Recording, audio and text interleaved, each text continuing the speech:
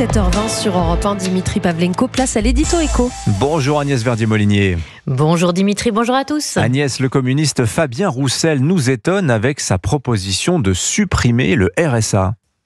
Et oui Dimitri, cette proposition de supprimer le RSA venant d'un élu communiste est intrigante.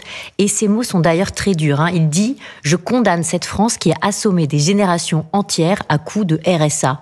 Cette sortie doit nous faire réfléchir. La principale critique que l'on puisse faire au RSA, c'est effectivement que ceux qui en bénéficient ne sont pas vraiment incités plus que ça à revenir vers l'emploi. C'était d'ailleurs déjà pour cela qu'en 2009, le RMI avait été transformé en RSA.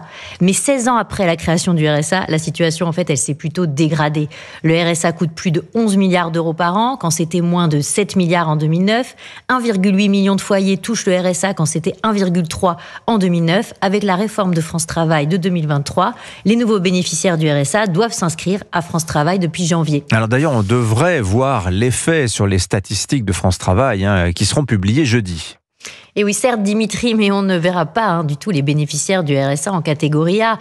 On les verra dans les nouvelles catégories F et G et ils n'auront finalement pas vraiment beaucoup plus d'obligations de chercher un emploi. Ce qui est vraiment cocasse, car c'est aussi en partie pour cela que la réforme de 2023 avait été faite. On a mis plutôt pour l'instant en avant les 15 heures d'activité obligatoire, formation, bénévolat, etc. Il faut dire qu'en France, les bénéficiaires du RSA restent en moyenne locataires pendant environ 5 ans. C'est très long. C'est une grosse différence avec les pays du nord de l'Europe où les bénéficiaires de revenus d'existence le touchent pendant à peu près 1 an. Et 1 an à 2 ans, ils sont très encadrés. Par exemple, au Danemark, on ne peut pas toucher l'équivalent du RSA, Dimitri, sans chercher activement un emploi. Et si on refuse un emploi, qu'est-ce qui se passe ? L'allocation est suspendue. Ah bah oui, moi c'est très clair, mais c'est pas du tout la même histoire qu'en France.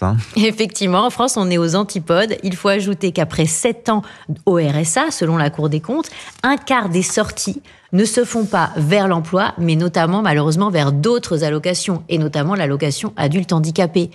Donc Fabien Roussel a raison de mettre les pieds dans le plat. Le travail finance le très cher modèle social.